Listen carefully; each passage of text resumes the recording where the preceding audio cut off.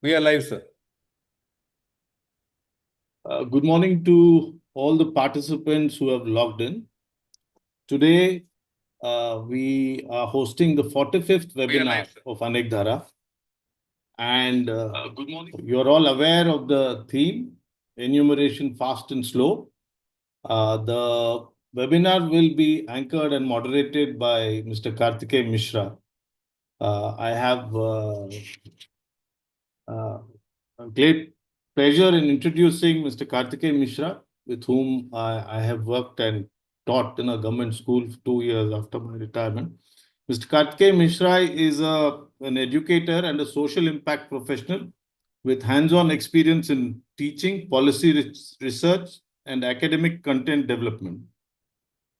He has recently completed the prestigious Teach for India Fellowship, a 2-year leadership program on addressing educational inequity, where he taught English and social studies in an underprivileged neighborhood in a CBSE school. He has also contributed to impactful policy work through the Policy in Action Fellowship and served as a research assistant to an ICHR-backed project.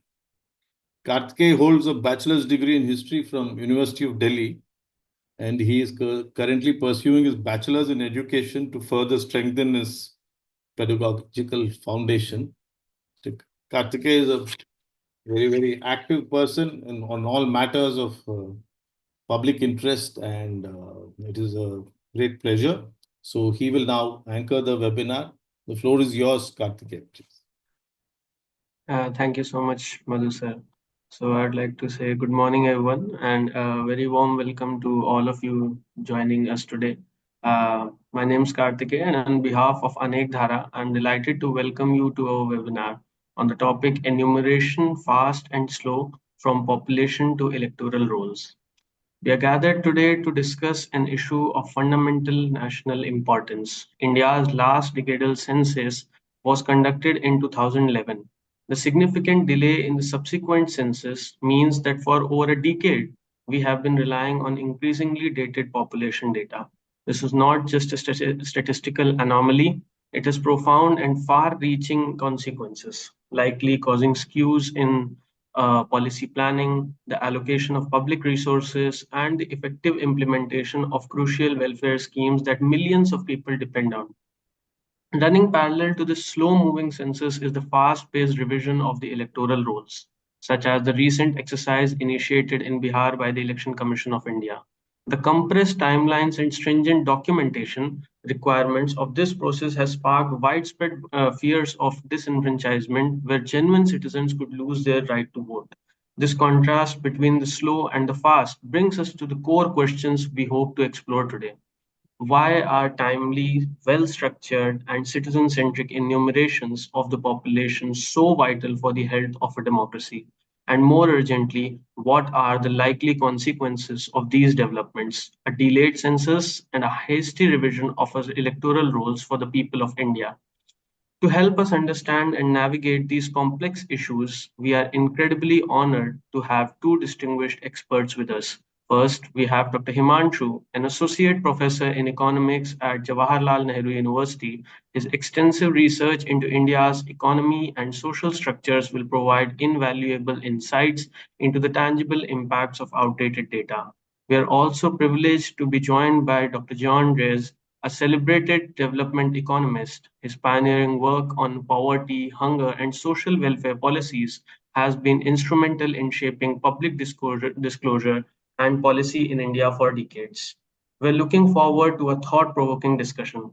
It is my distinct honor to introduce our first distinct speaker, Dr. Himanshu. Dr. Himanshu is an associate professor, as I said, in economics at the Center for Economic Studies and Planning, School of Social Sciences at Jawaharlal Nehru University. He also serves as a visiting fellow at the esteemed Centre des Sciences Humaines in New Delhi. His academic influence extends globally with visiting fellowships at prestigious institutes such as the London School of Economics, United Nations University in Finland, Vijaya University in Netherlands, and GRICAM in France. His research is centered in development economics with a particular focus on critical issues such as poverty, inequality, employment, and food security. He has dedicated much of his work to understanding of the dynamics of rural development and agrarian challenge in India. His current research delves into the structural shifts and evolving patterns of employment and livelihoods in rural India, a topic of immense importance for our country's future. Beyond his academic contributions, Dr. Himanshu has played a significant role in shaping public policy. He has been an integral part of several key government committees, including the Expert Group on Measurement of Poverty, famously known as the Tendulkar Committee, as well as the National Statistical Commission, the Reserve Bank of India, the National Human Rights Commission, and the Ministries of Rural Development and Housing and Urban Poverty. His recent book, How Lives Change, Palanpur, India, and Development Economics, co-authored with Nicholas Stern and Peter Langeau, and published by Oxford University Press, stands as a testament to his in-depth and impactful research. Dr. Himanshu is also a prominent public intellectual. Many of you may be familiar with his insightful fortnightly column in the Mint, where he unpacks complex development issues for a wider audience. In recognition of his outstanding contributions, he has been honored with the Sanjay Thakur Young Economist Award from the Indian Society of Labour Economics and was named Personality d'Avenir by the French Ministry of Foreign Affairs. Please join me in giving a warm welcome to Dr. Himanshu. Dr. Himanshu, the floor is yours.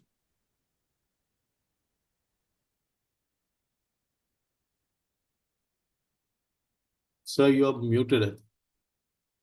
Yeah, I think he's. Oh, sorry. Yeah. Sorry. So thank you, Kartikey, for that long introduction. And I'm honored to be part of this presentation. Thank you, Madhu, Sadiq, Kartikey, and all of you for having brought us together on a very, very important issue. And I think something which is very, very fundamental to how our society is structured, how our political system works, how our economy is organized.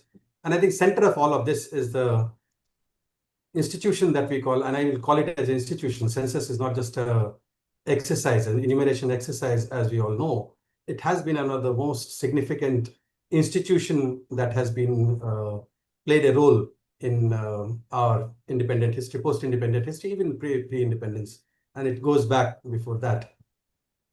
I will quickly try and mention 4 different aspects of as to why this is so important. And I hope I cover almost everything that is important here. And I have the privilege, and that's something which is rarely I get, of speaking first, which basically means that I have Jean as a second speaker to catch anything that I may have spoken incorrectly or something which I have missed.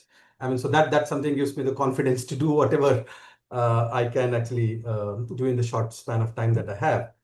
Now, I mean, basically, let's start with the census as to why it is important. And I think first thing that Kartikey, as you mentioned very clearly, is that it is a statistical exercise, but I wouldn't call it only as a statistical exercise, although it is the most important statistical instrument that we have. And in an age where evidence and so-called data, in a sense, the data-based or evidence-based policy making has become the buzzword, although a lot of them are very dubious kind of evidence that we get to see in policy making coming in. Census remains the primary and the foremost instrument of any statistical system. I mean, this is true for India. This is true for any country, even the most advanced countries. Census remains as the most important source of statistical data.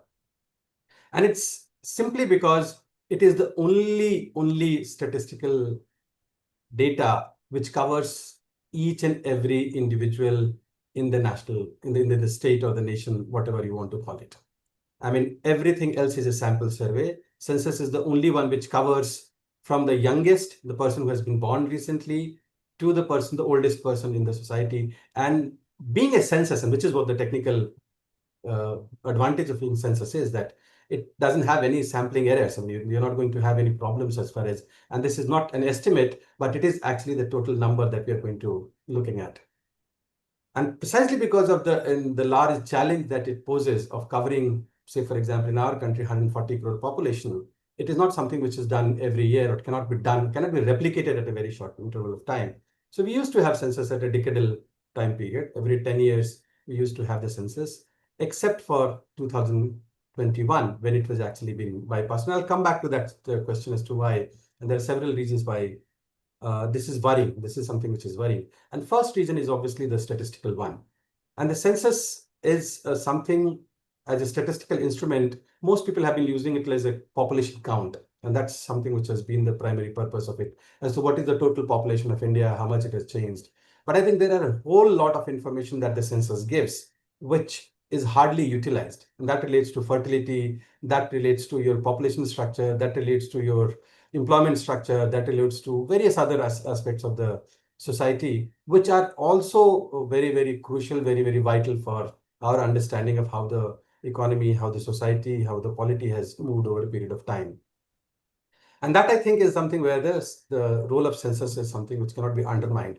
But I think the one more thing which is important, and which is where I said that it is the foundation of it, it is the bedrock on which all other statistical systems are built, is that any kind of sampling survey or any kind of statistical exercise that you see, other than the census, cannot be done without access to a very, very reliable and a robust census data. You can't do any sampling if you do not have the census data.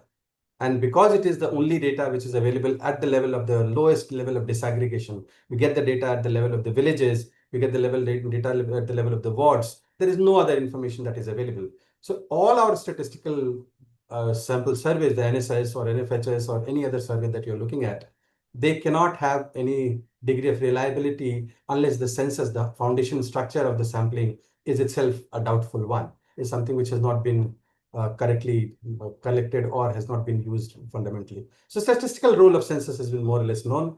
And we are probably the only nation now, at least, and I checked the data very recently, except for some war-torn countries where there is some kind of civil war that is going on. We are the only country which does not have a census in the last 15 years. I mean, like the last survey was 2021. I mean, there are some exceptions, but most of the countries had their census even during the pandemic. Actually, many countries had their census being done in the pandemic, except for India, which actually gave the excuse of the pandemic for not conducting the census, although it had the Kumbh that was organized where millions of people came together. The whole political process went and elections happened during the only thing that did not happen was the census, which is the economic and the population census. So I mean, I really, that the whole excuse that it was basically because of the pandemic, I mean, it is entirely incorrect.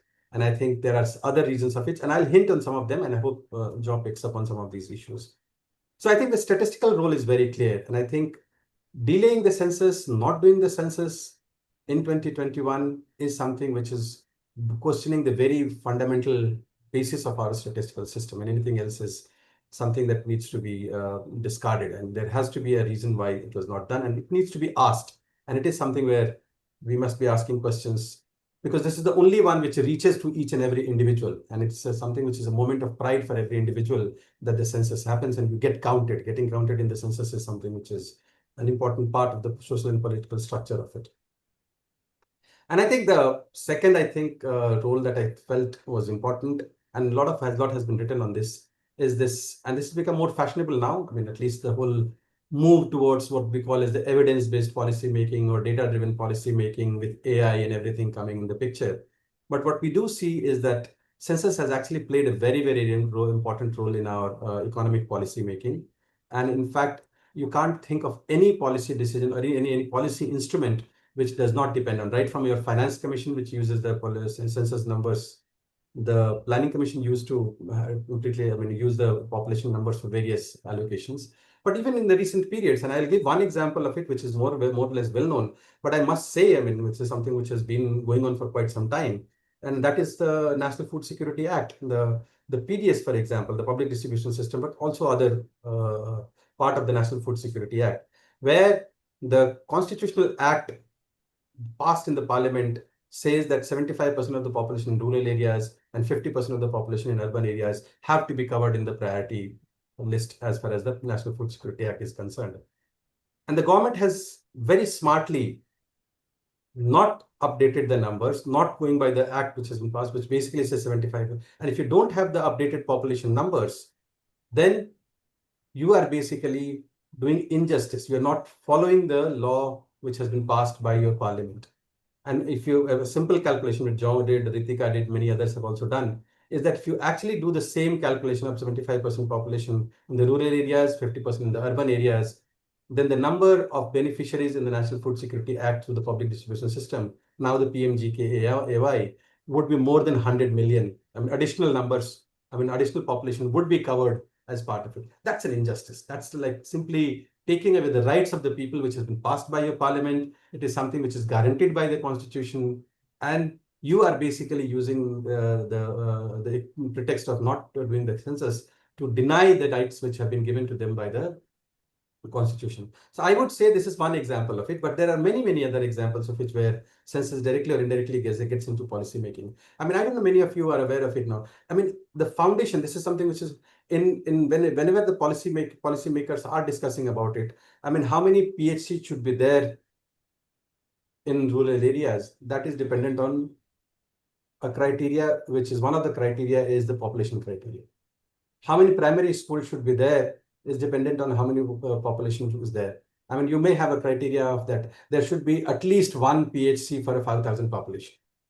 You might have a criteria that there should be one CHC at this number of criteria. You might have a criteria that you should have one tertiary hospital at this particular population criteria. But if your population criteria is outdated, then your commitment to fulfill those commitments, whether it is in terms of providing basic health facilities, primary school facilities, creche facilities, your ICDS facilities, your secondary school facilities, all of them get questioned because you are not following your own. And whether you look at the Bhore committee or you're looking at the education thing or you're looking at any of them, almost all of them have looked at the population as a criteria of saturating including the Supreme Court, which has basically had said that you should have every habitation should have it, or should have this much of a structure for every 5,000 population, every 10,000 population, or every 100,000 population.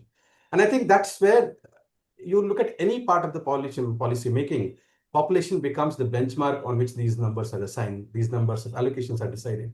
And I think by not doing the population census, not having the accurate information on this population census, we are actually making a wrong decision. We are not fulfilling the commitment that we have given based on our own commitment given to the people. And we are somehow trying to bypass the regulations. And these are not random ones. These are something which are based on scientific studies. These are something which are based on actually requirements of how many people are required, how many schools are required, how many doctors are required, how many nurses are required, how many midwives are required. These are not random numbers. They didn't come from just like that. They came simply because they were based on the prevalence of disease. They're based on the prevalence of the actual number of childbirth that is happening, based on various other criteria that is there. And I think those ones are equally important, and those were basically being used. So we are again moving away from our own stated objectives as far as these ones are concerned. But I think these two are well known, and I think more or less, people have been aware of it, and we know that there are multiple dimensions of these ones. But the two issues that I wanted to talk about, one is the role of census as far as a social instrument, an institution as such.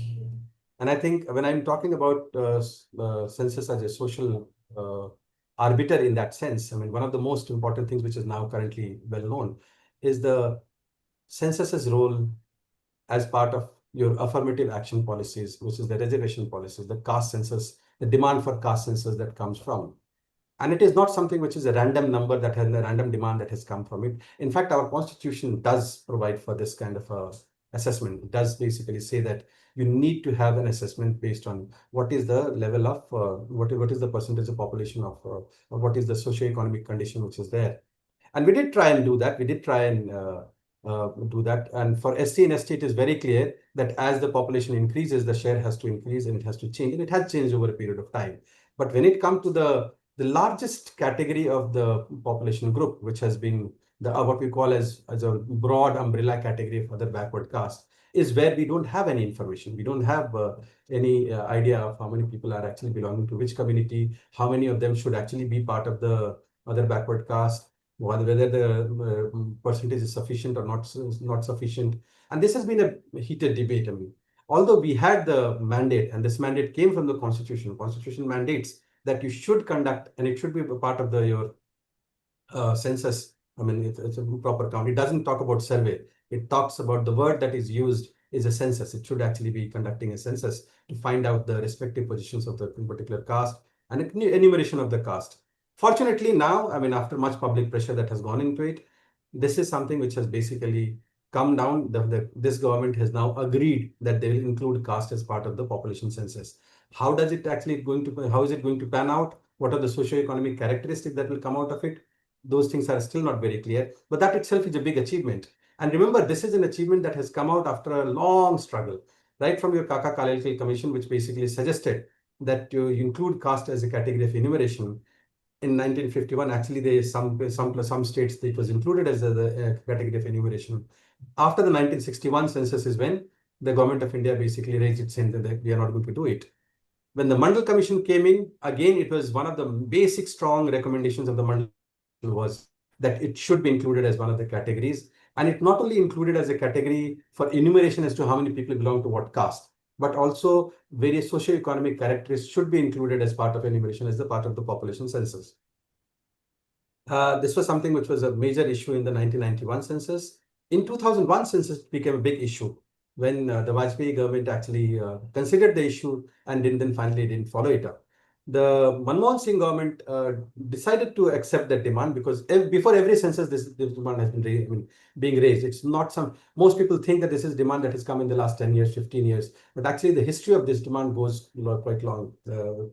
Starting from the 1950s onwards. And they accepted it, but they delinked the population census and the caste census. So we had the socio-economic caste census and we had the population census. The socio-economic caste census never saw the day at light simply because it was not part of the population census. And so even so although the socio-economic part was used, the caste census part was never used. It has never been, we don't know what is the status of it. Because the census, and again, I wanted to come back to the issue that census is the only statistical database which comes from an act of parliament. So we have a separate census act. Conducting census is a responsibility of the government of India, and it is something which is mandatory. It is the responsibility, the data of which has to be published by the government of India. And it is something which is there. I mean, we don't have an NSS act. We don't have but the census is something which is there. And precisely for the reason it is an act of the parliament, it is something which is mandatory. I mean, violation of that should have raised some kind of a reaction from the political parties, which was actually done, but not followed it up. So caste census is one part of it, but I think there are a host of other dimensions that come from the census, which again provide, are important for us. And I think a lot of questions which come from, and that is related to questions on the social dimensions of it. The caste level of caste is one dimension of it. Religion is another dimension of it. And I think religion is something which again has become very political, but that's something which is guaranteed as part of and it is something which is conducted as part of the population census. And the last issue that I wanted to highlight, and I think then I'll give the floor to Jean, is the issue of census as the fundamental cornerstone of our democratic politics. And that basically emerges from the simple fact that it is a census, where the state goes to each and every citizen, where the data is collected. It is not a sample survey where some people are selected and some are not selected. Census is the only instrument where the state is mandated to go to each and every the place in the forest or in the mountains or in the Himalayas or in wherever you are. It is something where the state has the responsibility. It has to go to you. Your data will be collected.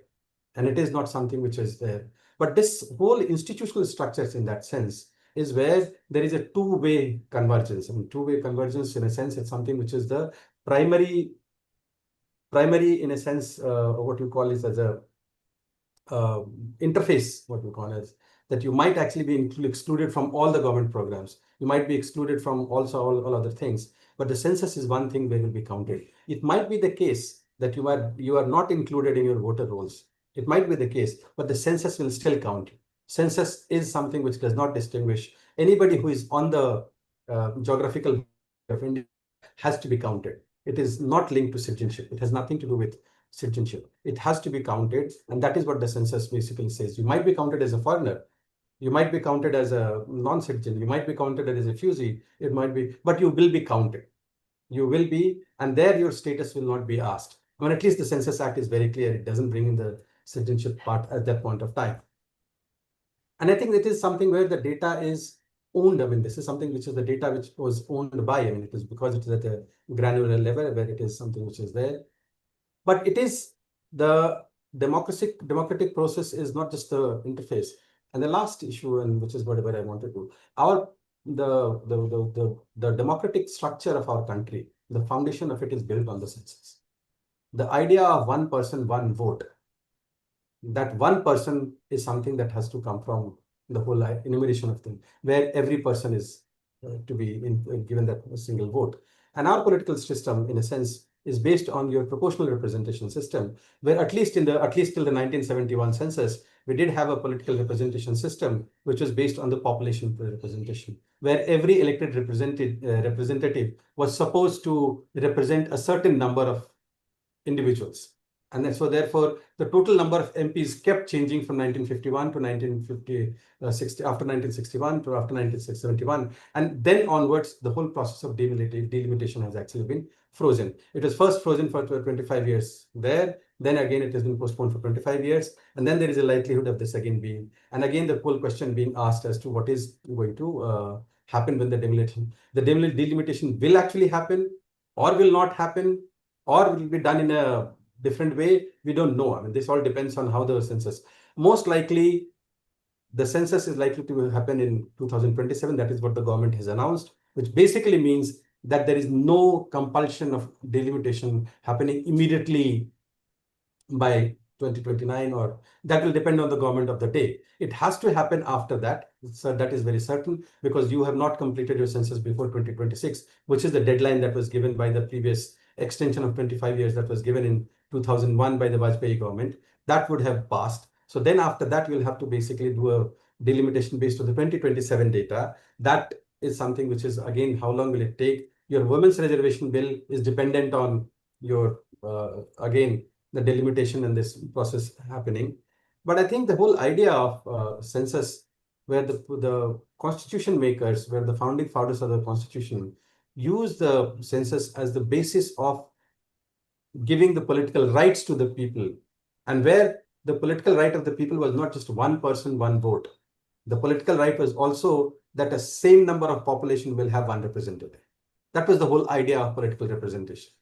That 100,000 population will have one MP, then that next year when the population goes, that proportion will be maintained. That was the whole idea of it. That one member of parliament roughly will represent the total number of electors that is there in those one. It went to that level of it. And that was the foundation of it. That is why it kept on changing up to 1971. But then after that, it has been basically been frozen. So I think at least for the democratic structure, the political structure of it, the population played a very important part of it. And today, the very foundation of that political structure, the democratic structure, the whole process of elections, the whole process of political representation, the whole process of the welfare, I mean, the social structure, the social affirmative action, all of these are being questioned. Where the census becomes an instrument, census has become a political instrument. And the whole idea of census as being only only a population enumeration is not the only reason why it has been delayed. I mean, there are multiple layers of it. It affects what benefits do the people get. It affects what kind of policies that the state follows. It affects what is how many representatives you get, and whether the representative is really the one which is representing the same level of political representation. It affects your ability to question the government. And that's the last thing. I mean, after all, census gives you the information.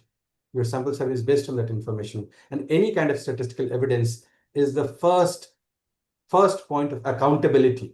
And any democracy without accountability is a meaningless one. And if you don't give the power of the people to have the information, have the idea, I mean, then you're not able to question the data, to question the government. And to be able to question the government, you need to have credible data. That credible data has to come from the census. That credible data has to come from sample surveys, which are dependent on the census. And only then can you hold the government accountable. So by striking at the census, not conducting the census, you're striking at the very fundamental function, that fundamental premise on which a democratic society is built up. I mean, it is happening almost everywhere. I mean, this is all, I mean, authoritarian governments in that sense, their first target, and this is happening in America as well, where Trump has fired the statistician responsible for the unemployment data in Labor Bureau, or they're firing the governor of the Federal Reserve or other places, because they don't want any kind of an accountability, and firing the or in a sense accusing them. I mean, this has happened here also, in our case also, where the government felt uncomfortable with data which they didn't want to be accountable to. They basically withdrew the National Sample Survey Consumption Survey. They questioned the scientific validity of the employment and unemployment surveys. The people who were asked, who were responsible for conducting the NFHS, they were targeted. It happened with various other. So I think it's a fundamental move towards an authoritarian regime, which does not want the people to start questioning. It does not want people to raise questions to the state, which is where democracy starts, and this is where democracy ends. And I think the census is something which is the most important part of it, because it gives you information to the local level villager as to, okay, this is what is happening to my village. This is the situation in my village. It is something which is where, and if that is something which is, in a sense, compromised, then the entire edifice on which democracy is built is likely to be questioned. I'll stop here, and I think John will cover anything that I might have missed, and then we'll come back again and do the jugalbandi later after him. Thank you. Thank you so much, Dr. Himanshu, for that illuminating and sobering analysis. You masterfully laid out the stakes, reminding us that behind the data and delays lie the lives of futures of millions, and what's the importance of the census in uh, protecting the idea of India and the democratic ideals for behind which there's a struggle of hundreds of years, and how it is being compromised today because of this delay. The great poet Rabindranath Tagore dreamt of a nation, as he wrote, where the mind is without fear and the head is held high. It is a vision of society where every individual is seen, every voice is heard, and every life is lived with dignity.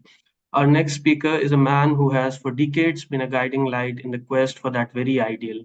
It is with the deepest respect and admiration that I introduce Dr. Jean Drèze, a Belgian-born development economist. He has journeyed far to make India his home and its people his life's work. Currently a visiting professor at Ranchi University, his roots in this country run deep.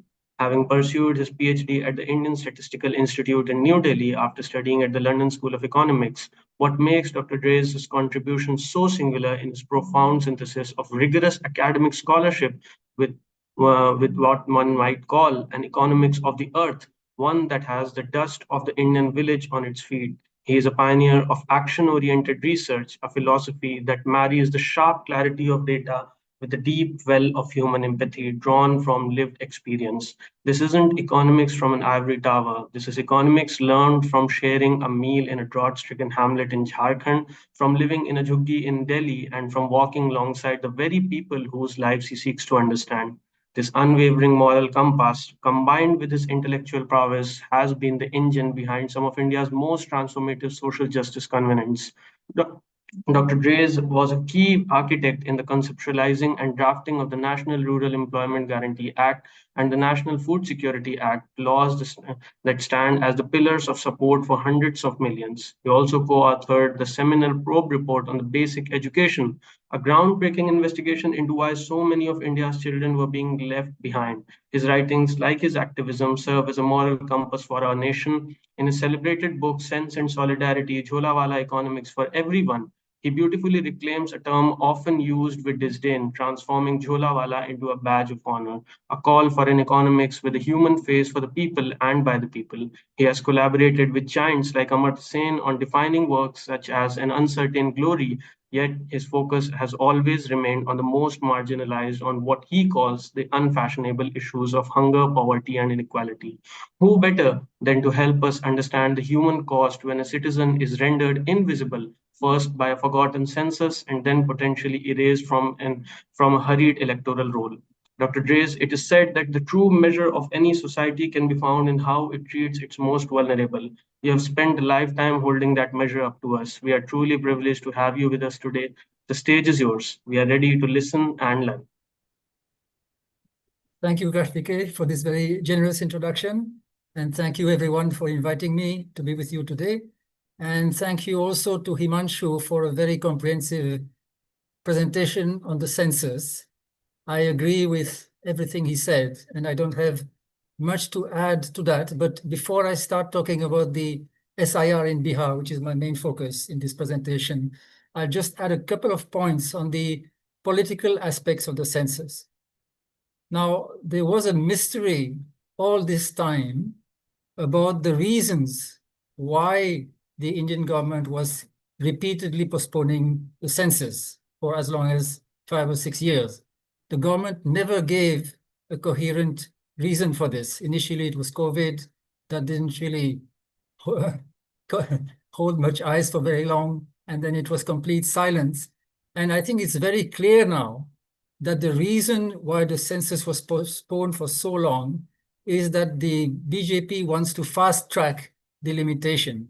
Now, it may seem paradoxical that to fast track the limitation, you have to postpone the census, but that's actually true.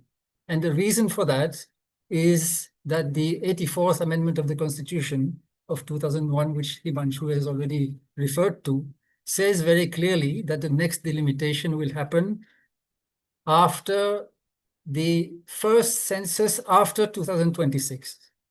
So if the census had been conducted in, let's say, 2023 or 24 or 25, then the limitation would have been postponed until after the next census, which would have been 2031 at the earliest. So the delimitation would have happened well into the 2030s. By conducting the census in early 2027, which is what the government is now planning to do, that is immediately after 2026, the government will have the option of conducting the limitation before the 2029 elections. And I think that was basically the plan all along. Now, whether it will actually do that or not is not very clear. I think that was certainly the plan before June 2024, the last Lok Sabha elections. But in the last Lok Sabha elections last year, the BJP lost some ground in the north, in the northern states of India, and gained some ground in the south. The reason why the BJP has a stake in the limitation is that because of the higher population growth in the north, the limitation will shift the balance of seats in the Lok Sabha towards the northern states, where the BJP is stronger. So the BJP stands to gain from that. But after this loss in the north and gain in the south, it has less to gain than before. Now, it still has a fair amount to gain. I made some simulations to look into that last year. Basically, if you keep the vote shares of different parties as they are, but you rebalance the seats in the Lok Sabha according to the current populations, basically what happens is that the BJP gains something like 15 seats in the Lok Sabha, which is not a lot, but it is a big deal. Now, the cost of that will be to antagonize the southern states, and so there could be some loss of votes in the south. So, and also quite a revolt in the south, actually. So it's not obvious that the BJP will want to do that, but it will at least have that option. So that, I think, is the plot. If the BJP decides to go ahead with the limitation before 2029, then I think it will try to turn the tables against its opponents, those who want to postpone the limitation, by claiming that the limitation is required for women's reservation. Now, I don't want to go into that because I want to move to SIR, but I think there's a fallacious argument that the limitation is required for women's reservation. Actually, you don't need, at least not this kind of delimitation for women's reservation. You can go ahead with women's reservation after the next census as early as you like. So I think that argument has to be debunked. Now, coming to SIR, there is actually a relation between the two issues, the census and the SIR, the special intensive reservation in Bihar. Because if you are concerned with the integrity of the voter list, as the Election Commission claims to be, then the first thing you should do is to cross-check the voter lists against census data. The census has very detailed data on population at very disaggregated level, down to district, down to Gram Panchayat, Gram to village, constituency, by age group, by gender, everything you like. So it's quite easy to use census data to check whether the voter lists are more or less, at least in terms of numbers, the way they should be. But for that, you need a census. So it's a little ironic that the government, on the one hand, is claiming that the voter lists have to be verified, and on the other hand, is postponing the one exercise that could actually really help to verify the integrity of the voter list. Now, coming to the SIR, I would basically like to say that this is not only an illogical and objectionable exercise, but also a flop show. I think it's a failure, and that gives some hope that it will not be replicated, at least not in the same form, in other states. Now, to understand this, I think first we have to put everyone on the same page and explain from the beginning what this process is and how it's supposed to take place. It all began with a bombshell order of the Election Commission on 24th of June of this year.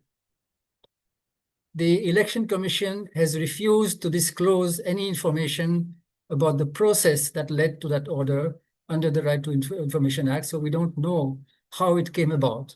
But the order is in the public domain, and basically there are 2 points in that order, de facto. One is, it says clearly that there will be a special intensive revision across the country, not just in Bihar.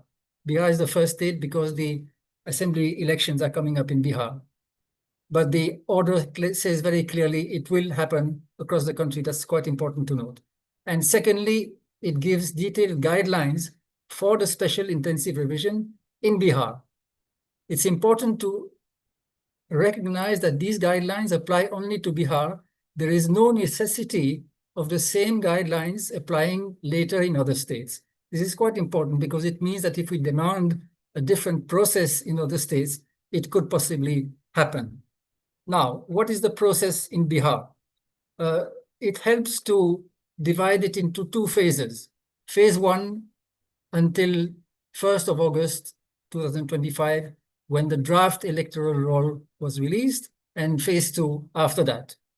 Phase 1, basically July 2025. What was supposed to happen in that phase is that every voter was supposed to fill an enumeration form with some documents. Now, let's remember that before that 24th of June order, Bihar had a voter list compiled and updated and revised through due process. So there's a list which we can call the baseline list. So everybody who is on the baseline list was supposed to fill an enumeration form, supply some document, get all this uploaded on the net, and then all those who had filled the form would be on the draft electoral roll released on the 1st of August 2025. Importantly, by end of July, not only the enumeration forms, but also the documents were to be supplied. So there is a list of 11 acceptable documents like caste certificate, class 10 certificate, passport if you have one, forest rights certificate, and so on and so forth. So out of these 11, you have to supply at least one if you were born before 1987. You have to supply at least one for yourself and one for one of your parents if you were born between 1987 and 2004. And you have to supply one for yourself and one for each of your parents if you were born after 2004. All this, of course, is very complicated. Many people don't have any of these documents. The deadline was extremely short. This was July, a time of peak agricultural activity. So anyone who is familiar with this sort of exercise, in particular, anyone who is familiar with the mess that was made of Aadhaar registration, KYC in the banking system, eKYC in the public distribution system, and so on, anyone who had seen all that would have anticipated right away, as we did, that there would be big chaos and a big mess in the month of July, and that is in Bihar. And that is exactly what happened. So basically, Now, before I continue, let me clarify an important point, that this entire process, as Yogendra Yadav and his colleagues have pointed out repeatedly and quite correctly, basically represents a fundamental change in the whole approach of drawing voter lists, because for the first time, it puts the onus of inclusion on the voter and not on the administration. Now, the Election Commission might deny this. They might say, no, it's not that people have to do a lot of work. You know, the BLOs, the booth level officers, will go to their house, they will give them this pre-printed enumeration form, they will help them to fill it, they will upload it on their behalf and so on. So there's no change in the principle. Now, that is just not correct. I mean, we all know how these things work. The way it actually works in practice is that the BLO puts the fear of God in people, tells them that, look, you have to come and fill this form, provide photo, documents, sign the form, all that by such and such tight deadline. And if you don't, you will lose your voter card and you will maybe excluded later on from various entitlements and so forth. And so people are made to run around, look for documents that they don't have, pay middlemen or middlewomen to do the job, spend time and money for this purpose. And it's basically yet another case of what you might call paper oppression. Paper not in the sense of physical paper, but in the sense of documents. Oppression by imposing people documentary work that is very difficult for them to do. So basically, as I said, there was chaos in Bihar in the month of July. And because of that, the Election Commission actually backtracked a little bit.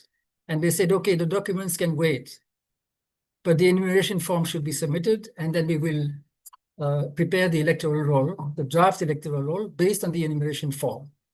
It's important to understand that the documents were supposed to be not only submitted, uploaded, and verified by the BLO by the end of July. That didn't happen in most cases.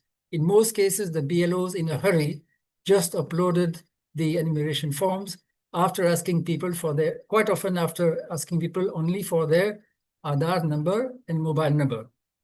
Note that Aadhaar is the first thing that is being asked for in this form after date of birth. So let's be clear, Aadhaar has been there from the beginning. Now it says Aadhaar bracket optional, but we know what that means. Optional means de facto as good as mandatory. And you can be sure that anyone who has not put their Aadhaar number in their enumeration form is going to be scrutinized. Okay, so basically in July, by the skin of their teeth, the Election Commission managed to get most of the enumeration forms, not all of them, but the submission and verification and scrutiny of documents was not complete. Now, the result of this chaos, as you know, is that 65 lakh voters were dropped from the baseline list in the draft electoral roll released on the 1st of August. 65 lakh voters, some of them may have been deleted for fair reasons. They may have died, they may have permanently moved, but many of them must have been deleted for unfair reasons. And one reason we know that many have been deleted for unfair reasons, is that the size of the draft electoral roll, namely 7.24 crore, is only 88% of the estimated adult population of Bihar at that time. In contrast, for 99%, if you look at the electoral rolls in the country as a whole. In fact, most other states as well. So normally, the voter list should cover something like 97, 98, 99% of the adult population. In this case, it's only 88%, which confirms what we all also know from many reports, public hearings, media investigations, and so on, that many people have been unfairly left out of the electoral roll. Okay, that's phase one, bad enough. Now we come to phase two, and I think there the danger is even greater. What is phase two? Let's suppose that phase one had been completed according to the guidelines. So forms have been submitted, documents have been submitted. What happens in phase two? What happens in phase two is that these documents are scrutinized. Now, what does that mean? To understand what that means, we have to take note of a very important affidavit that was submitted in the Supreme Court on the 21st of July. And there the Election Commission basically revealed the real plot, because in the 24th June order, there was not much talk of citizenship. There was a general talk about the need for including everybody, not excluding anybody unfairly, excluding, of course, those who are not eligible, but no particular reference to citizenship. But in this affidavit of 21st of July, the Election Commission focused quite clearly on citizenship, and it made two very important and I think very dangerous points. One is that it asserted that it had the power, not only the power, but the power and the duty to verify citizenship, because citizenship, of course, is an eligibility condition. It's the main eligibility condition, aside from residence and age, for being on the voter list. So it asserted that we have a duty and we have the power to verify citizenship. And secondly, it argued that the burden of proof is on the person. And it's interesting to see the argument they gave for that. They invoked Section 106 of the Evidence Act. Let me read this section. It's very short. It's just one sentence. This is the Evidence Act, Section 106. It says, when any fact is especially within the knowledge of any person, the burden of proving that fact is upon him. I'll just read it again. When any fact is especially within the knowledge of any person, the burden of proving that fact is upon him. For example, if you travel in a train, you know whether you have a ticket or not. Nobody else knows. And so when the ticket collector comes, they ask for your ticket. The burden of proof is on you because you are the person who knows whether you have a ticket. You can't tell the ticket collector, prove to me that I don't have a ticket, because they can't prove that, short of strip searching you. So it's logical that because you are the person who has the evidence, you have to disclose that evidence. But you cannot extend that to citizenship, because yes, we know for ourselves whether we are citizens or not, but that doesn't mean that it's fair to ask us to prove it, let alone prove it with documents. Now, how are people in this case supposed to establish their citizenship? As I said, there is a list of 11 documents that people have the option to submit. None of them, with one or two exceptions like passport, prove citizenship. And the Election Commission, so far as I can see, does not say anywhere that any of these documents prove citizenship. What they are saying is that these documents will help the ERO, the Election Registration Officer at the constituency level, which is basically the SDM. These documents will help the ERO to satisfy themselves based on whatever information they have. Not only these documents, but also the enumeration form, their own inquiries, whatever it is. They have to satisfy themselves for the purpose of the elections that you are a citizen. Now, this is where there's a great danger of arbitrariness. And that process has barely begun. It has begun. And based on this process of scrutiny, as you may know, a couple of days ago, 300,000 people, mainly in the borders districts of Bihar, were told that your application, your documents are not satisfactory, and you may have to be called for further inquiries.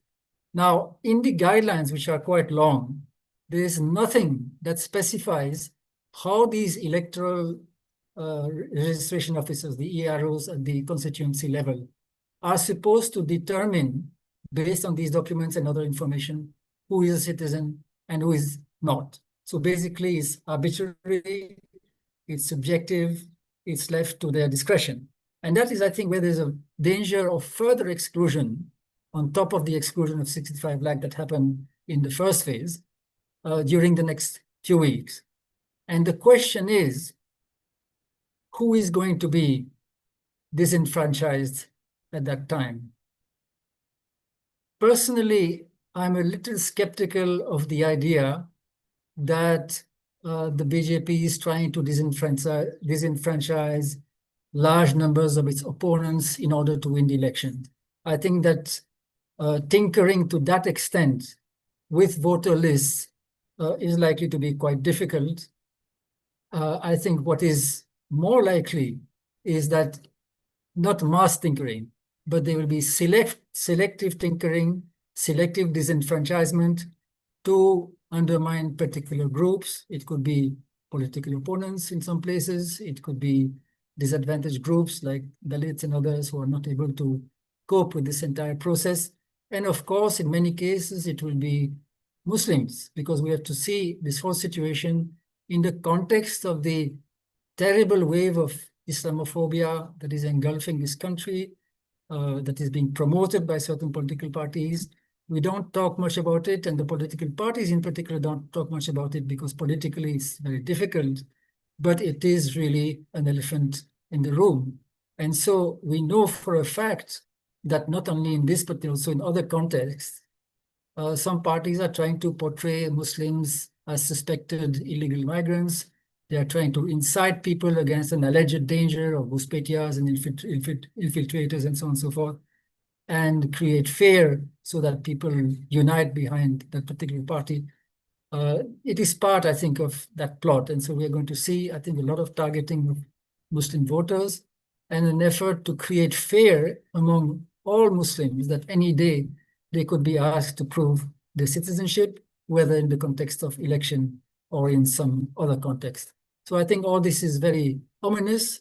The silver lining is that this entire operation, I think, is, as I said, a flop show. And I think that's for at least 4 reasons. I think there are at least 4 aspects in which it has failed. First of all the rules were broken. If you look at the guidelines, and then at actually what happened in phase 1, or for that matter, phase 2, when people were made to fill forms and supply documents, we know that all the rules were broken. We know that many BLOs never went from house to house. We know that most of them never gave a receipt to the people concerned. We know that the safeguards were not implemented in many cases and so on and so forth. We know that old photos were used, all kinds of things because the deadline had to be met. So firstly, the rules were broken. Secondly, the deadlines were missed in spite of all the rules being broken. And that's why I pointed out that in July, not only the enumeration form, but also the documents were supposed to be submitted and verified and uploaded. And that didn't happen in most cases. And by the way, according to a recent survey of Bharat Jodo Abhiyan in Bihar, which happened in mid-August, more than 2/3 of people in the sample, it was quite a large sample at that time, more than 2/3 of people had either submitted no documents or they had submitted Aadhaar only. Now, this situation may be a little better today, but when the Election Commission claims, as it did a few days ago, that 98% of people have submitted documents, they can make that claim only because of Aadhaar. It's only because the Supreme Court has forced it to accept Aadhaar as a valid document that they are able to claim now that so many people have submitted documents. Only a small proportion of people have actually submitted some of these 11 documents that were supposed to be acceptable in the first place. So firstly, the rules were broken. Secondly, the deadlines were missed. Thirdly, as I explained, documents, the documents that were supposed to be required under the 24th June order have not been submitted, in many cases contrary to the claims of the Election Commission. And last but not least, this exercise led to mass disenfranchisement in phase 1 and is going to lead to some more disenfranchisement in phase 2. That's the 4th failure. So in light of all these failures, we can perhaps hope that the ruling party will pay a price for this mess in the forthcoming election. And whether it does or not, we can hope that a different process will be followed in other states later on if there is adequate public pressure for it. I'll stop here and look forward to the discussion. Thank you.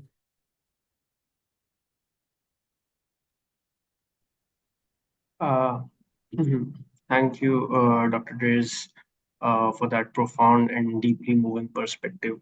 A powerful analysis for the special intensive roles of electoral rolls brings the risk into sharp focus. The fear of mass disenfranchisement is not just a hypothetical concern. You've shown to us how it can become a tragic reality for the most vulnerable. The migrant worker, the landless family, the woman without independent documentation, all of whom risk being rendered voiceless in our democracy. Simultaneously, by connecting this to the consequences of the delayed census, we have pointed a holistic picture of a system in distress. It's a powerful illustration how the state's failure to count its people not only denies them their fair share of resources, but can also threaten their fundamental right as the citizens, the right to vote as well. The conversation, I feel like, has clearly resonated with our audience, and we have a number of thoughtful questions coming in. I would now like to turn to some of the questions posted by our audience in the chat box. I'll read them out one by one. So the first question we have from General AP Singh, retired General AP Singh. First he's asking, should census be a periodic affair in this world of super digitization where every person is mapped 24/7? Yeah. So whosoever wants to answer that. Let me answer this question. Ideally, I mean, if you are sure of that every person has 24/7, then one can think of, and actually some countries do that. I mean, if you have a 100% registration system, then it basically can be done. And most people actually, some of the advanced countries, for example, France, for example, they do that. I mean, they do the regular updating, simply the adding the births that have been registered and the deaths which have been done, which is there. But that doesn't mean that they don't have a full census. Because unless you're sure of, and if there is even one person who has not been digitally mapped according to the one which is there, then it requires you to do census. And so the burden of proof here is to prove that every person in your society, and that includes hundreds of people who are there in, I mean, remote locations or even in the Delhi, who actually do not have that kind of a, I mean, what John talked about is a very correct reality. I mean, this is in this age. I mean, people do not have the documents is also a reality. I mean, this is the thing that is happening in West Bengal. And it depends on the government actually able to accept those data or the documents or something reliable or proof or whatever you call it. I think this kind of a digital mapping situation is where the burden of the that you are actually part of the census is on the individual. The Census Act basically places the responsibility on the state to go and go to every household, go to every village, every locality, every habitation, and you look at it. So I would still say that even if there is some updating that can, and which is actually the government of India also does, we have the registration system, civil registration system. The census, something that must happen every periodically, it must happen. The burden of proof in this case, or the responsibility of collecting data and maintaining that database, is on the state, and it is not the responsibility of the individual whether he or she has been not mapped or may choose not to be mapped. I mean, that's something which is a voluntary choice that is there. So I think despite the digitization and everything, it is the responsibility of the state to do that, do the counting, collecting the data, and Joy, if you want to add. Oh, I don't have much to add. I think it was a bit of a tongue-in-cheek question. You know, it's true that there's a huge amount of surveillance around, but the surveillance system and the census are completely different things. Surveillance focuses on certain kinds of information that are of interest to the state. For example, who we correspond with by email, who we are calling, and so on. The census is a completely different thing. It looks at literacy rates, household amenities, caste, and so on and so forth. And it's a transparent exercise done professionally that everyone can acknowledge and recognize. So I think the idea that we could scrap it and just rely on the surveillance system, no, I don't think that's a serious proposition. I believe that covers all the bases and answers the question. We have another question from a working civil servant who wants to remain anonymous. He asks, he says the government is delaying the census, which is central to fair representation, as it directly aids or impedes the delimitation and reservation of seats for SCs, STs, and women in legislative bodies, as envisaged under Articles 330, 332, and 243D of the Constitution. if it is unconstitutionally, legally, and morally untenable, if not irresponsible, what can and should we Indians do now? Yeah. I don't think we need to do anything because I think the BJP is going to stick to the early 27 target because it's in their interest. I mean, we know now why they have postponed this for so long. And the incentive that they have to postpone has disappeared now because to do it in early 27, they have to start doing the groundwork now. So now their incentive is not to postpone anymore, it's to get things done on time. So hopefully there will be no further postponement. The census will happen in 2027, the damage is done. And then after that, the issue will be the limitation, whether they proceed with it or not. I just want to add to that is that, there is going to be some census questionnaire, and the government has not yet come out with what kind of a socio-economic variables and what kind of question and how the caste will be counted. So I think one needs to be vigilant. I mean, because the last experience that we had that the government gave us in the parliament in 2010, they can't count caste in the part as the population census, and then it was dealing and a separate census exercise was happened, which basically disappeared in thin air. So we have to be careful as to not just the questions of caste, but also the various socio-economic characteristics which are relevant for identifying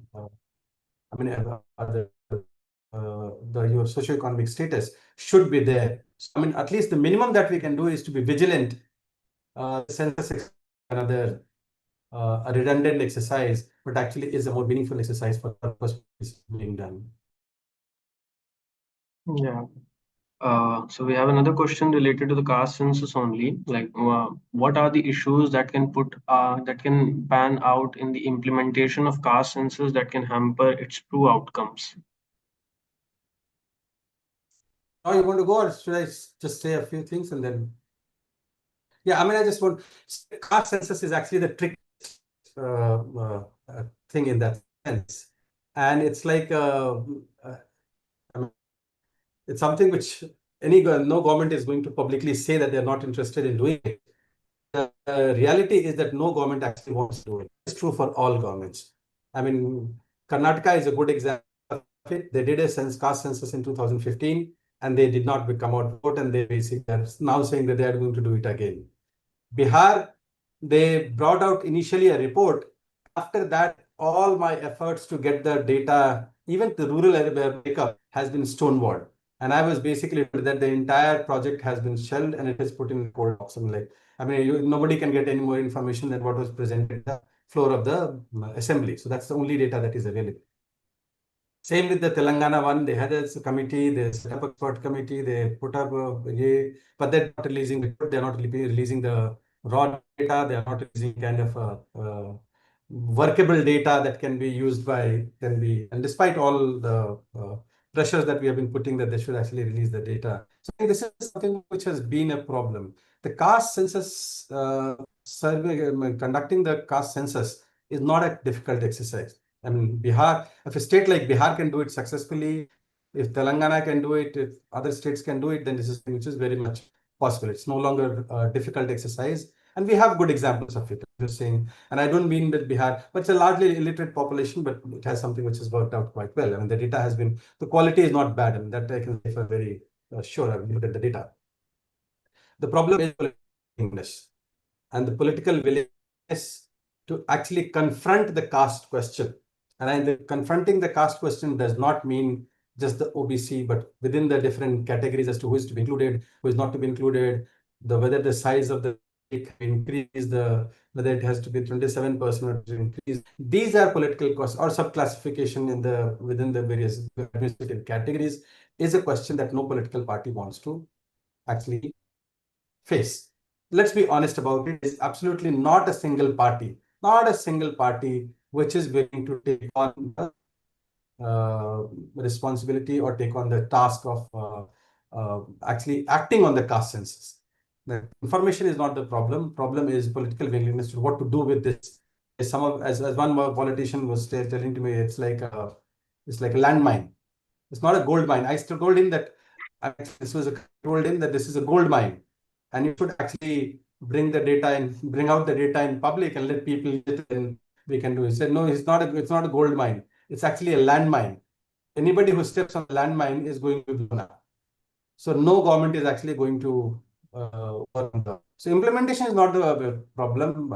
Census can happen, caste census data can be done. It's not a difficult exercise. What to do next is the challenge, for which I don't think there's no. The only more political mobilization to make the data public is the only thing. Yeah, I think I'm going to remember this. It's not a it's not a gold mine, it's a landmine. And the other thing, like I was also thinking about this, that this caste census, the issue has been in the center of the political scenario from a long period of time. Earlier, the ruling party, they were ignoring it, but now, like recently, they also made an announcement that they plan to or they intend to conduct it. We see where it will lead us. So the next question we have from Shubha, and she's asking, with the women's reservation bill promising 33% reservation in the legislatures based on the next census and delimitation exercise, does delaying the census not amount to a direct derailment of women's political empowerment and a potential breach of legislative intent? Correct. It's correct.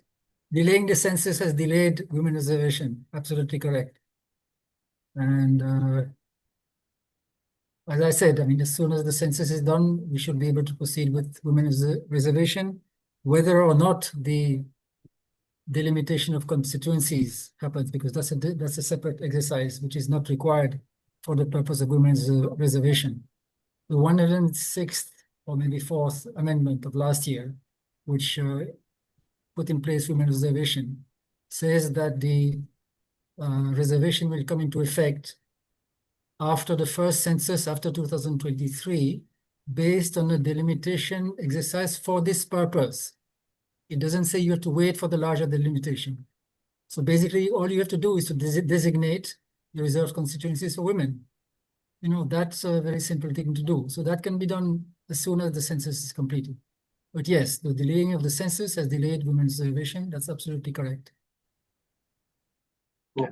So the next question we have, in a democracy where legitimacy rests on data-informed governance, can a decade plus or delay in census without a transparent and time-bound roadmap be defended without eroding public trust in the state's capacity to account for and serve its people equitably?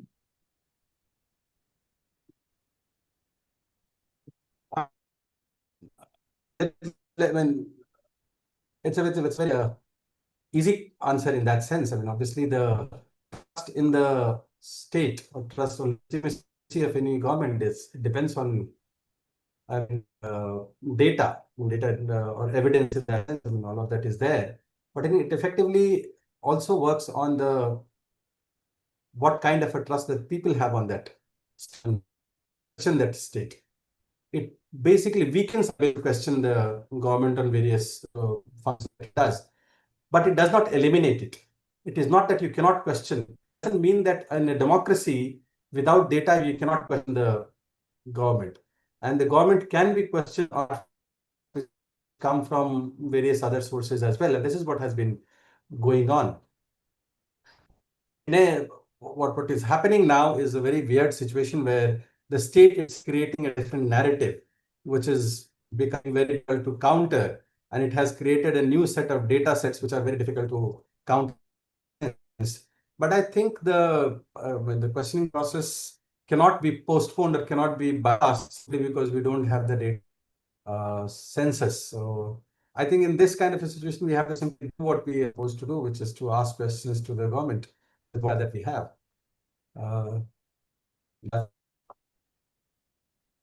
Yes.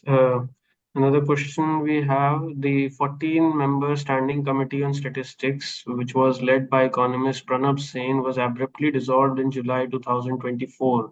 Reportedly, members had expressed concerns about the delays in holding the census, given its critical role in providing reliable and socio-economic data essential for policy planning and development. Does it not reflect the low priority accorded to reliable data and to socio-economic development itself?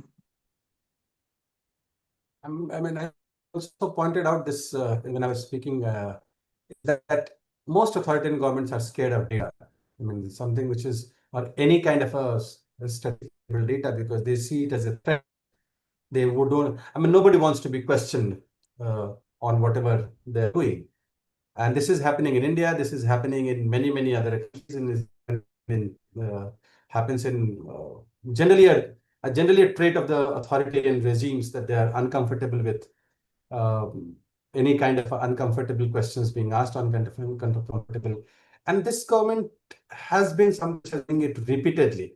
And I'm not just saying that census is one example of it, and an example of the consumption survey completely wiped out. I mean, like it's something which is, and the government actually raided the National Sample Survey Office to find the leak when it was leaked in the newspapers. The CEO and the deputy chairperson of the Niti Aayog doing a press conference and then saying that how their own statistical agency is actually a fraud agency, which is the National Sample Survey Organization. The economic census has been released. The Labor Bureau, a lot of data has not been released. They were asked not to be released.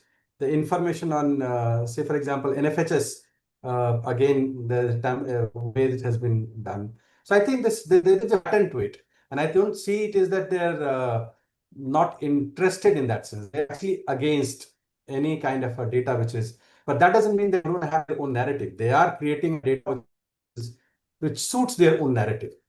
So problem is not just that they're against any data, they're against which basically questions their performance.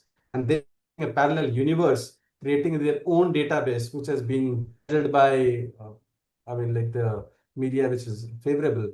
I think that's something which is now becoming a global trend, and it's something which should worry a common citizen. It should worry everyone who is interested in protecting democracy and or having a check on the authoritarian streaks of the government. This government has particularly been bad. Yes, I think you're. Jan sir would like to say something, Professor Jan. Hesitate, but let me amplify a little bit. You see, I think that to understand all these policies, we have to understand the ideology of Hindu nationalism.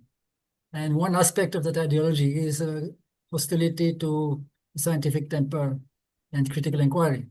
And the reason for that is that the tenets of Hindu nationalism don't really stand critical scrutiny. And so therefore it's important to avoid scrutiny and to promote narratives and myths and facts that suit your narrative, as Himanshu correctly stated. So yes, so the government is interested in facts, mainly insofar as it supports its narrative, and otherwise not. So that's why so many sources of statistical information have been undermined. And by the way, the RTI Act has also been severely undermined. I mean, nowadays, you get the most ridiculous responses to any number of RTI requests, no information available, or invoking some exemption under the Act and so on and so forth. So the power of the Act has been greatly diminished. And that's another aspect of it. So, there's a larger pattern behind this food dragging of the census and undermining of various data sets. Okay, thank you. Yeah, the Reporters Collective also recently filed an RTI requesting the SIR files, and the Election Commission refused to do so.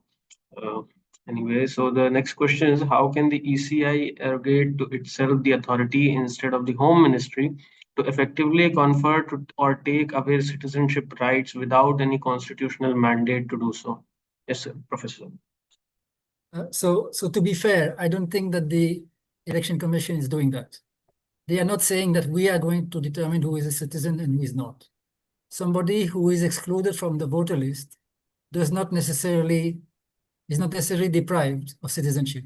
What they are saying is that for the purpose of the elections, we as an Election Commission have a duty to scrutinize eligibility, which includes satisfying ourselves for this purpose, that a person is a citizen or not. That does not mean that we are arbitrating and depriving some people of their citizenship. However, it's also important to note that in the guidelines of the SIR, there's a clear instruction that the EROs, the electoral registration officers, have to report to the concerned authorities any suspected foreigner, not a suspected illegal. So I forget the exact term, but basically illegal. Infiltrator, invader. No, I can't remember the exact term, but basically a person who is not a citizen and is here illegally. They have to be reported. And there again, we are going to see some people fairly reported and some people unfairly reported. For example, think of these women near the Nepal border who were born in Nepal and now they married somebody in India, because there's a long history of marriage across those boundaries that don't necessarily mean much to them. So they live in India legally as wives of Indian citizen. They are not technically, in most cases, citizens. So technically, they don't have a right to vote. They may be excluded, but they could also be reported as aliens, which they are not necessarily. And I think again, there mostly the Muslim women will be reported as foreign nationals. So yeah, so even though the commission doesn't quite do what is being said here, it does participate in this hunt for so-called infiltrators. Yeah. Yeah. Okay. So, and one more question we have related to the Aadhaar. Over the last 2 or 3 decades, the government has aggressively promoted Aadhaar and has been extraordinarily successful in achieving almost complete universal coverage of this unique digital identity number. Is the government admitting it has issued these identity numbers to non-citizens? Because you also mentioned, I think, that it has not been included as a proof of the citizenship under those 11 documents in the SIR. Okay, so according to the Aadhaar Act, every resident who has been around for 6 months or more is entitled to an Aadhaar number, whether they are citizens or not. That is what the Aadhaar Act says. So if you give it to somebody who's not a citizen but has been there, is a resident for more than the last 6 months, technically that is not only allowed, but you have to give that person has a right under the Act for an Aadhaar number. In practice, the government has been trying to have it both ways. For example, in Assam, for a long time, it was refusing to issue Aadhaar on the grounds that many people who were residing there were suspected non-citizens. So it's trying to have it both ways. Now, the interesting part in this case, in the Bihar SIR case, firstly, as I mentioned, the Aadhaar has been collected from the beginning, so there's a kind of backdoor linking of voter lists with Aadhaar here. Nevertheless, in spite of collecting Aadhaar, the Election Commission refused initially for a long time, for as long as it could, refused to add Aadhaar to this list of documents, even though these documents are not proofs of citizenship. So there's nothing that prevented it from adding Aadhaar, even though Aadhaar is not a proof of citizenship. It invoked a very strange argument. It said that in the case of Aadhaar, it has been legally established and confirmed by the courts that it's not a proof of citizenship, so therefore we cannot put it in that list. Whereas for the other documents, this is not legally established.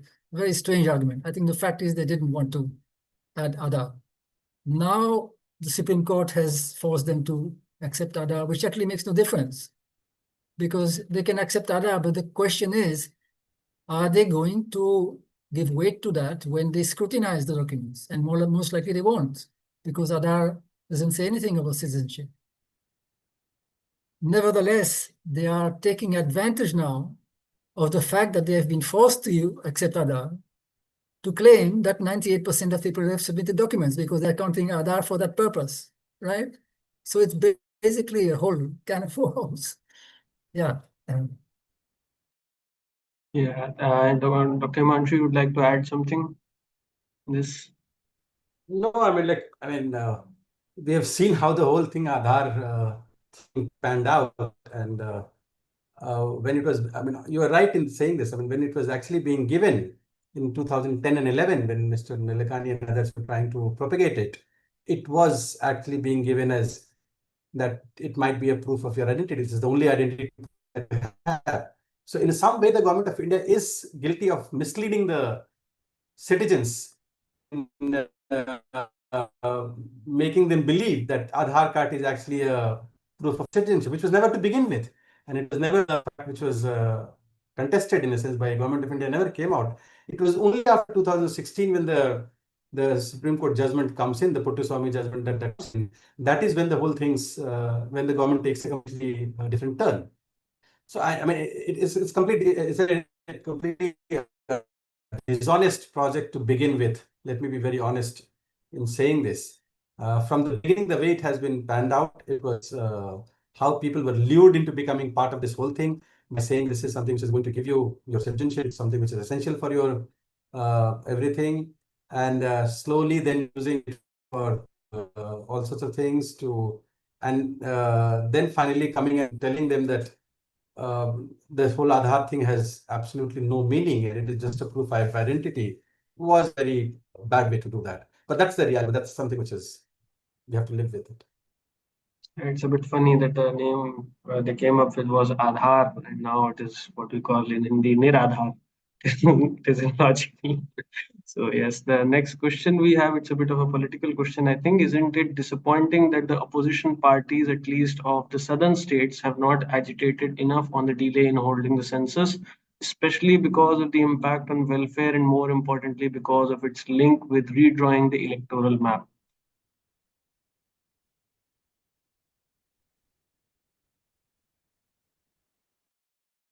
I think, I mean, that.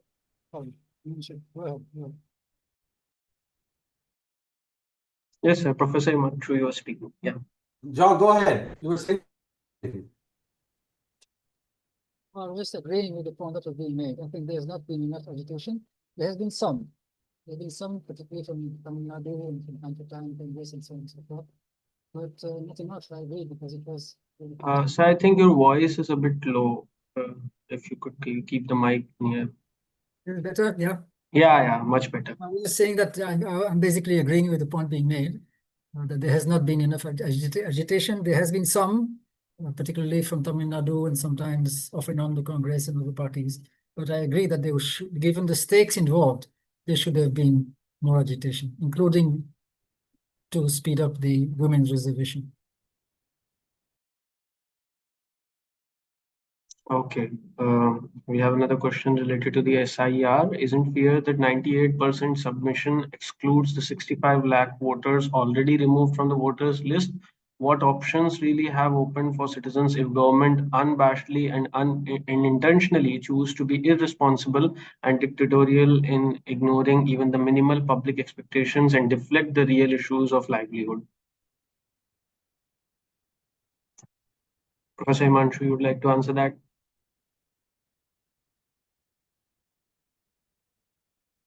You're on mute, sir. I think what you're saying is perfectly right. And the way the whole SIR exercise has been done is an exercise which has ulterior motives. It is very clear as to it is going to target a particular section of the population. And let's be honest about it. There is no two words about it. This is basically in terms of creating a kind of a fear. It is basically creating a fear of exclusion. It's creating a fear of being left out, being stateless citizens and those kind of things. And it is actually an irresponsible move. But what can citizens do is a question which I think is open, and there are citizens are protesting. The citizens are protesting. In Bihar, currently, there is a political agitation that is going on. And I must say, there is one thing which I still have hope for the democracy, that whenever the citizens have come out on the street and protested, this government has backed out. And this government is supposed to be authoritarian, but this government is the first one to back out whenever there is a massive big outpouring. This was there in the Land Acquisition Act, when they wanted the Land Acquisition Act. It happened when the NRC and CA was there. And again, it happened when the farmers were on the ground. So I think once the citizens come out and protest, the government will have to back out. And that's the only option that is possible when the issues are there. I mean, these are kind of diversions, and which I agree with is that there are a number of diversionary tactics that are being used to divert from the real questions of livelihood, real questions which actually matter to the poor population. And those are the ones I think should be debated, should be talked about. Those are not being done by creating a diversion, but it's a willful strategy. It's a known political strategy that they are following. I mean, there's nothing surprising in this one. Yes, we have been witnessing that from the last 10 years. And the next question we have from Sudha Rao. What is the denominator for the 98% being claimed by ECI? Could you please enlighten us? Yeah, Dr. Dreze. I think the denominator is the 7.24 crore who managed to upload the enumeration form by the end of July. Okay, that does not include the 65 lakhs who were not able to submit the enumeration form, whether for good reasons or bad reasons. So the previous question is also relevant here.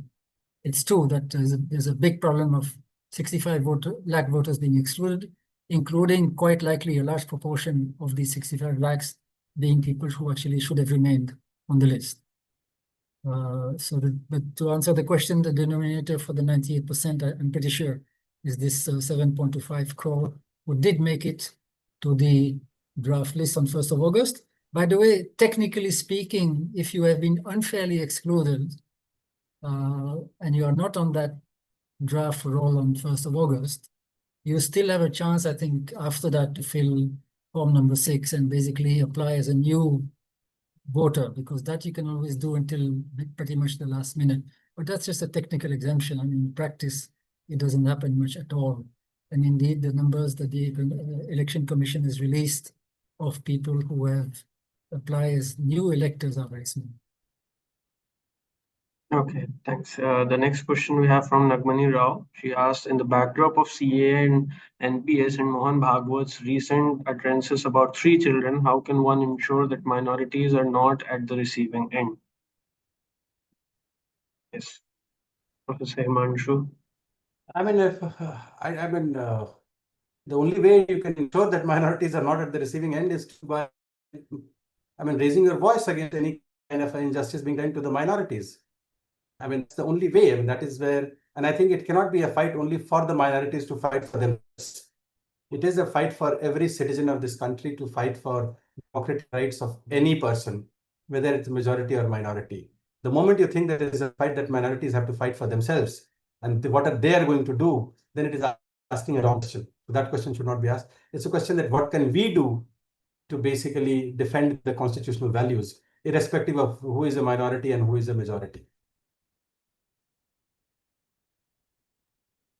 Yeah, I agree with that.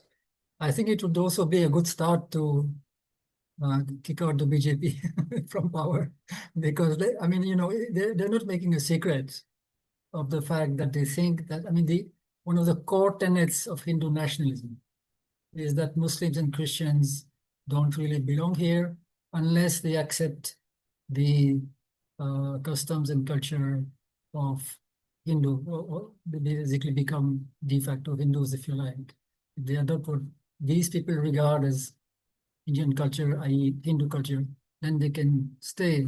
Otherwise, they don't really belong. It doesn't mean that we will kick them out, but basically, we will make their life difficult. And that's reasonably explicit. It's also now an electoral tactic. It's not just the ideology of the RSS and Hindu nationalism. It's also part of the electoral strategy of the BJP. So I think getting rid of the particular party would help to protect these minorities. And I think it's a very serious issue. And as I said, I think we should talk more about it. I mean, this is difficult for most parties to talk about because they will immediately lose some Hindu votes, or they think they will lose some Hindu votes. They'll be trolled and attacked relentlessly by Hindu nationalists. So it's difficult. But we have, as Himanshu said, we have to stand up, we have to oppose. Otherwise, it's going to continue. Yeah, thanks. So the next set of questions I'm going to merge. First question is, do we need a TN session now? And the second one is, has the ECI complied with the Supreme Court orders to display the 65 lakh deleted voters? Joy, you want to go? Let me quickly say that I am against any kind of a hero worship. We don't need a TN session. We need an informed citizenship. I mean, we don't need a messiah to come and save us. This is our job. We have to do it. Whether we do it slowly or we do it without a superhero coming and saving us, we need to do it. That's the last thing that is there. So we don't need a TN session. We need an informed citizenry, which is actually is. And I think it's possible. This country defeated a dictatorship in 1977 without anybody being there, and the mostly illiterate population which got rid of dictatorship and brought democracy back in 1977. Mostly illiterate population. So we can do it again. The question on the ECI, actually the ECI has complied with the SC order only partially. What they have actually displayed, there is one question which is there on the, which I finally saw, is the issue of ECI complied with the SC order to display the 65 lakh deleted voters on them. They actually haven't given the machine readable lists. They have put up the list in some of the places, and you can actually go and search for your electoral roll or somebody's electoral rolls. But not fully complied as far as I know, because some journalists I had talked to, and they said that it's not still machine readable list which is available. The other thing is, let me come back to that issue of that, what is the denominator of the 98% being claimed by ECI on data submitted. Honestly, the 7.24 crore, which is there in the draft roll, not everybody had submitted documents. They all have submitted forms. The document submission was supposed to happen after the draft rolls have been released, and the document submission date is up to 1st of September.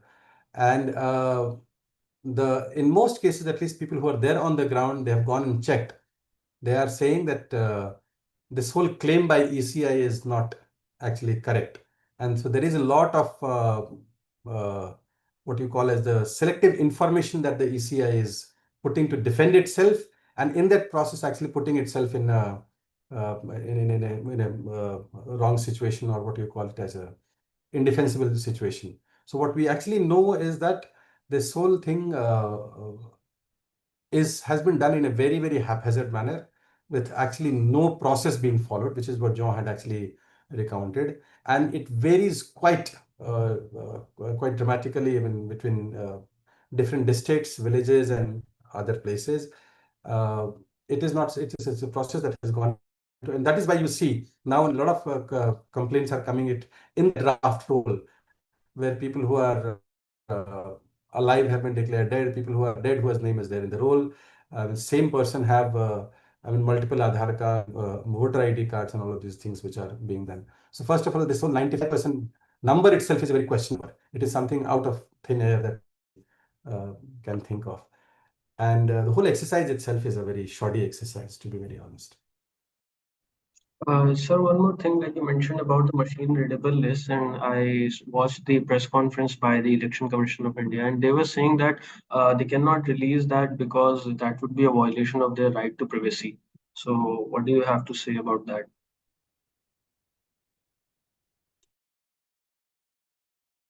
I think there's a biggest joke. I mean, like, if you can put it out in a printed form and you can put it on PDF, I mean, the only challenge that you're putting it to a common citizen is to find a way of converting that PDF into a machine readable format. So it's nothing to do with privacy. It's a question of where the process is the punishment. I mean, you are basically, that's how the entire exercise has been done. I mean, most of us, you can actually manually enter it, and there the privacy is not violated. You can actually parsing the data and then creating a database. That is not privacy. Only when it becomes machine readable, it's a technologically challenged answer. I mean, I hope that ECI is much more informed about technology than an average citizen is. They've been giving such arguments in the entire press conference. One more thing about the CCTV recordings, also they said that we cannot share that because for our women's safety, we cannot violate their privacy. We cannot share the CCTV footages of them voting. Such things they've actually said in the press conference about not disclosing the details about it. John, you want to respond to that? Now I want to add something to what Himanshu said about not needing session. You see, session was a symbol of fearlessness and impartiality. And I think we do need an election commission that is credible and fair and impartial. And I think that's where there is a big issue. I think the election commission has lost some credibility by launching this impossible and catastrophic exercise, by lacking transparency, as we have just heard, for example, refusing to respond to RTI requests for information about how this process came about, and also by making claims that don't stand scrutiny, including the claim that they are on track, that they have met their deadlines. That's just not true. So, yes, I agree with Himanshu. We need an informed and active citizenship, but we also need a credible election commission. And this is very critical because I think we live in very dangerous times where around the world, the foundations of democracy are crumbling. In many countries, election results are being questioned, disputed, and so on. And the time may come very quickly here if we're not careful. Now, election is only a very small portion of democracy, but I think it's an important portion. We cannot afford to lose that. So I think the credibility of the election commission is quite critical. So one more question we got: if session like EC is to come, then isn't the appointment process with the Chief Justice of Supreme Court in the appointment panel restored?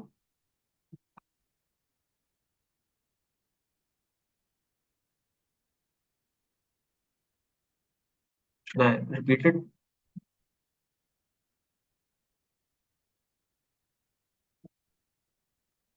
Professor Himanshu, you would like to comment Both on that? respond, sir, both because this is both of you. Yeah, sir. Jean, you want to say something on this? I'm not an expert on this, but I think the point is correct. I think basically now the election commissioner is a government appointee. And that's part of the problem. And I think it's true that the earlier process was more objective. Don't you? Little disagreement with Jean on this. I mean, I don't consider that in matters of I mean, the Chief Justice is going to be a paragon of virtue. And we have seen the judiciary behave in the last 10 years.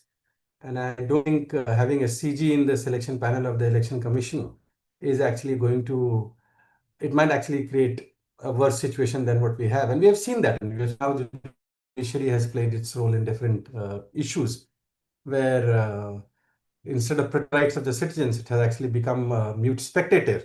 It has not been able to correct the wrongs that have been done, or at least delayed the whole entire process. But yes, what I agree with him is that we need a stronger election commission, a stronger body. The institutional structure is very important, and that is something which has gone into disrepute for many of the institutional factors. I mean, not just the election commission. But I don't think that having the Chief Justice in a sense will restore that selection process and bring confidently. I think the heroes will come only when there is a pressure on the people pressure on the ground to create that atmosphere, and even and that's for example I gave you, that even the strong authoritarian governments do backtrack, do surrender if the people are on the street and willing to put up a strong fight. But protecting institutions is not just a question of somebody good-hearted, somebody honest, it's more an institutional process rather than an individual trait. Yes, sir. So one last question I wanted to ask myself, that I interact with a lot of youngsters, first-time voters, and with all this going on in the news and all, it's very difficult for them to have faith in the electoral process and the democratic structure of the country. And already we are witnessing that many youngsters, they are aspiring to leave the country, leave the citizenship of India, and the rate has already been increasing. So, if you have any message for the youngsters or the first-time voters about this entire scenario, what they can do, what can be their role in all this?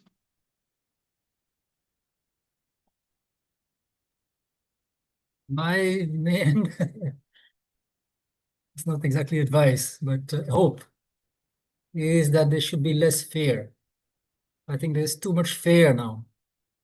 Even people in positions of power who don't have anything really serious to fear, editors, judges, professors, all kinds of people are falling in line like a pack of cards. They're just playing safe, and then of course everyone else falls in line. I think we should have less fear, and then we'll be able to speak out, organize everything. A lot of things will follow.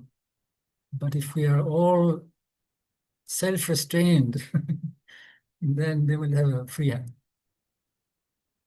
Yeah, Professor Himanshu, you'd like to give me a comment for that? No, it's the same advice that Jean gave is that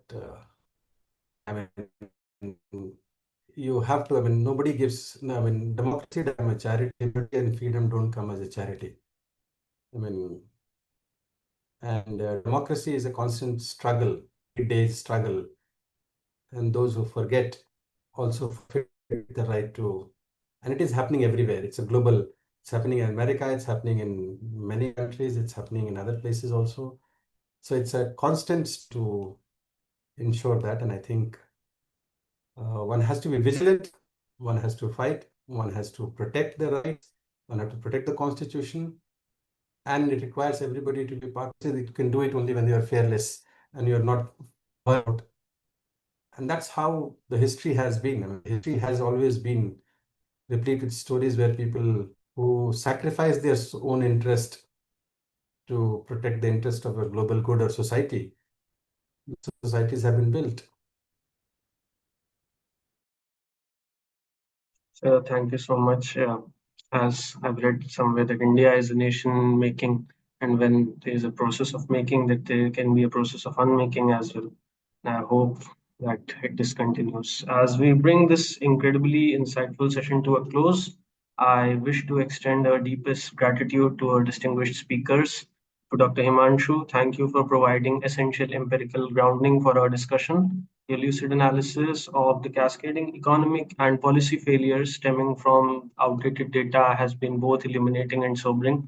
So, Dr. Dreze, we are indebted to you for bringing such profound moral clarity and humanistic perspective to the conversation. Uh, your combined insights bring to mind the profound words of Dr. B.R. Ambedkar, who cautioned that political democracy cannot last unless there lies at the base of its social democracy, a way of life which recognizes liberty, equality, and fraternity as the principles of life. Today, you both have powerfully argued that just enumeration, a simple, honest count of all citizens, is the very foundation of the social democracy. It is the bedrock upon which we build the liberty to vote, ensure the equality of access to resources, and foster the fraternity of a society that truly leaves no one behind.